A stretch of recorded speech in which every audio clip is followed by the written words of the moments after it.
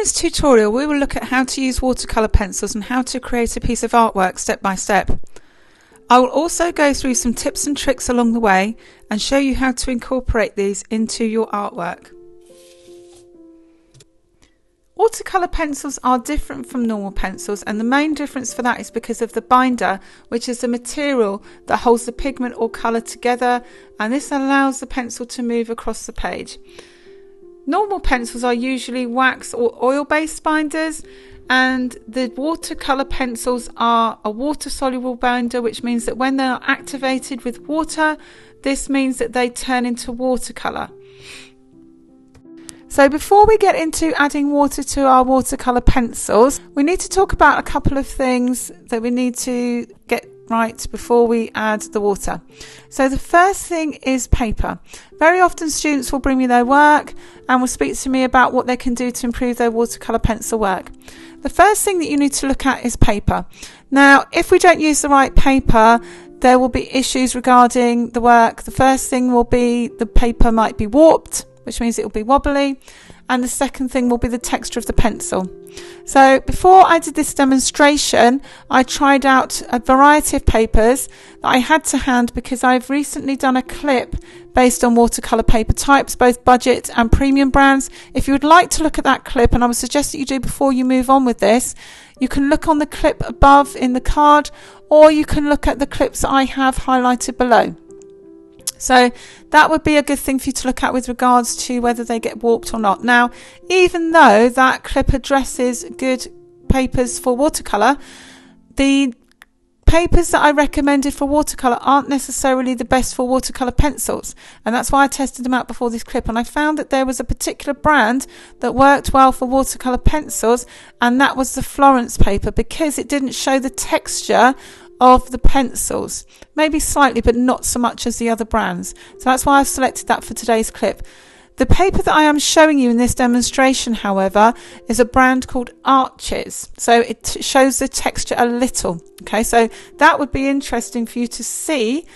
It is a really good brand for watercolours, however for today it's not the best for the watercolour pencils. So moving on to what you need to do with regards to your shading, there are a couple of things that you need to do. And the first thing that you need to do is use the side of your hand. And the second thing is you need to blend your shading so that it blends in and that you are using one colour and blending that into the next colour. There are two clips that you can look at regarding this, and one is how to hold your pencil correctly, also a link to a clip on how to shade. So you may find this useful. These are skills that you need to get right before you activate the water and then turn it into paint. So now I'm adding water to the pencil marks, and what I'm doing is I'm activating the water, it's turning it into watercolour paint, and the first swatch, it obviously doesn't have the pencil blended, but I'm mixing the paint and turning the red into blue to make purple, and that is one way that you can use your watercolours if you don't want to blend your pencil beforehand. Notice that there is a little bit of texture on the paper. This is the Arches paper, which, as I said, works perfectly well for watercolour. If you want to see how that works, then obviously watch the clip that I mentioned earlier. And the second one here, I have blended my pencil beforehand, so it's interesting for you to compare how the two work. By the way, if you want to see how the Florence paper works, you will be able to see that in the next clip. So here you will see how it blends. I am using a side-by-side stroke, and I sometimes use a small circular motion also. Find that that blends the strokes better. Okay, but as I said, when I'm using the Florence paper, you will see that the marks, the texture of the pencil, you will not see underneath. You will just see, well, you will see mostly the paint. You won't see that texture underneath, but it's useful for you to see both of them so that you can see that your choice of paper is really important. And you may see a texture, or you may see the pencil of the pencil texture initially. That's fine. It's a little good. It's okay to see a little bit of that, but your choice of paper, if you haven't bought any paper yet, there's that recommendation for you in the description below. So I'm now going to show you another tip where you can add detail with your watercolour pencils where the pencil line will be slightly softer, and that is by taking your watercolour pencil and adding it to the paper whilst it is still damp. Now if you made this decision once your paper has dried, what you could do is just take a water spray and spray that on top of your watercolour once it's been painted. So you just add your details with the watercolour pencil, and as I say, if you'd made this decision once the watercolour has dried, that's fine. Just spray the surface slightly with the spray and that will allow you to add those details.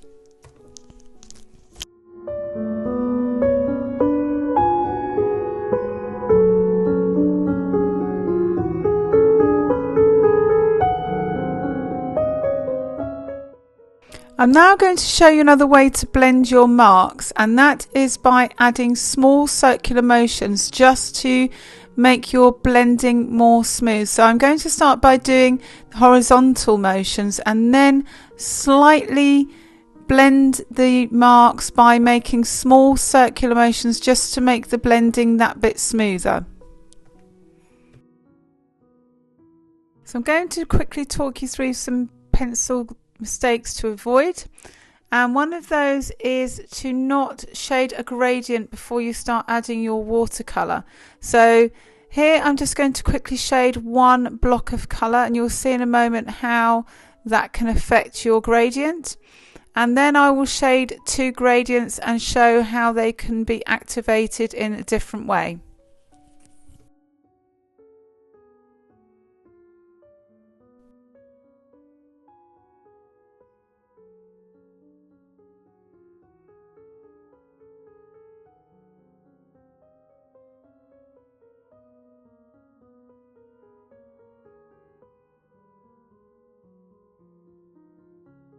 So now I'm going to add water and activate my pencil here. Now, one way to blend is to add water to this pencil, but because we haven't added a gradient previously, blending is quite difficult. You can see at the top there's a lot of colour at the top, and now I'm adding water. The issue is there isn't a smooth blend. So I would suggest that you do what we've done in the next two samples, and that is to create your gradient beforehand. Now, what I'm doing in this sample here is I'm adding water to the top, and you will see that though there is a gradient, it's not as smooth as it could be. And the reason for that is that I've added the water to the top and dragged it down. Now, when you are adding water to either watercolour or to watercolour pencil, you should always start from your lightest colour first. So say for example I'd blended yellow into orange into red, I would always start with yellow. So you can see here what I've done is I've started from the lightest gradient and I'm working to the top with small circular motions, as I did with the blend that I've just created in the previous clip, and I'm smoothly blending all the way up. That is why this blend is the most effective out of the three. So I'm now going to show you another way of filling colour with your watercolour pencil, and that is by adding a large area or filling a large area with watercolour paint. So say for example you couldn't exactly add a colour match, you didn't have the right colour in your watercolour pencil, or you just wanted to fill a large area, then what I would suggest you do is activate your pencil with the water first. So here I've added the water to the brown of the pencil, and then I've decided to add the orange with the watercolour paint to paint this autumnal leaf. So now I'm going to show you how I painted this watercolour study with watercolour pencil. So I started with this image of a lotus flower, and I am going to include in the description below the link to the image from Pixabay and the artist or photographer that created the photograph. Now I started by drawing the image with the grid method. If you would like a link to a clip that I have done in the past showing you how to use the grid method to create more accurate studies, then please click on that link. So now I am going to start by applying the first layers of colours, and I have included below the colours that I have used in the background. When I paint or when I draw a picture, I always start with the background colours, and I always start to or I always like to plan my colours. I look at my images and I get a selection of colours out. It may be the case that I don't always use those colours, but with this study here, I tried all the colours out with the watercolour. I activated them first to see what they would like. I even blended them to get an accurate idea of what the colours would come out like. So I'm going to paint in the background and layer everything up, wait for that to dry, and then I will start by adding colour to the flower.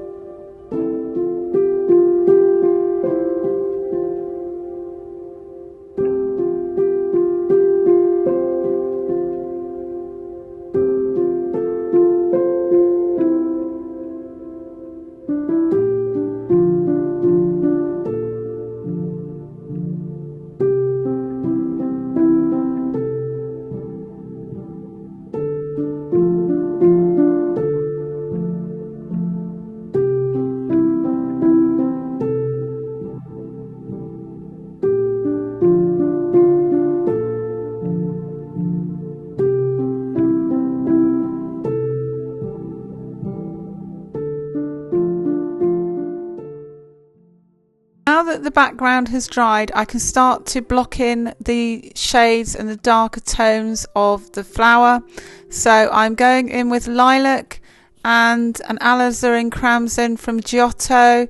I will put the colours that I have used in this section in the descriptions below, and I'll also list them here.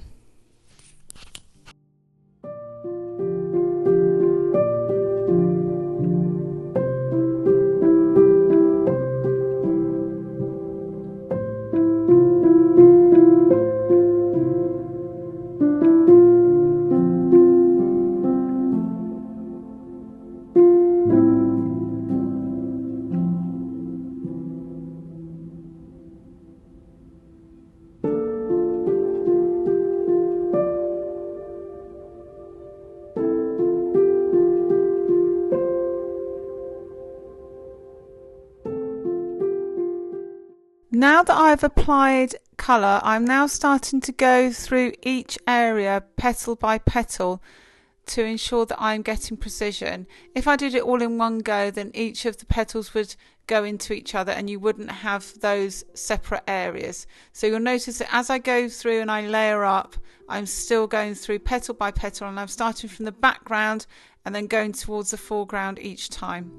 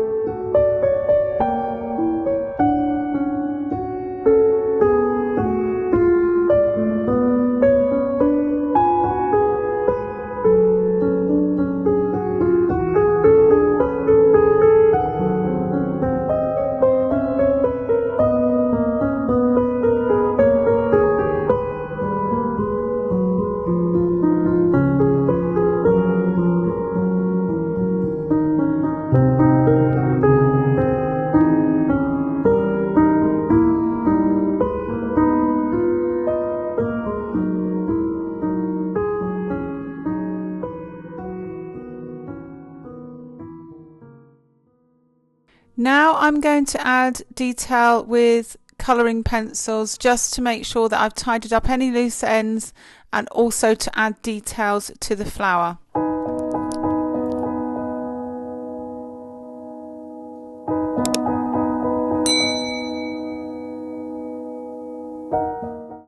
If you enjoyed this clip, then make sure you check out more clips like this in the watercolour playlist. Don't forget to look in the description below for details of products and clips mentioned in today's clip. And if you have any ideas for content or have any questions, leave a comment in the description below. Finally, don't forget to subscribe and hit the bell to be notified of future content.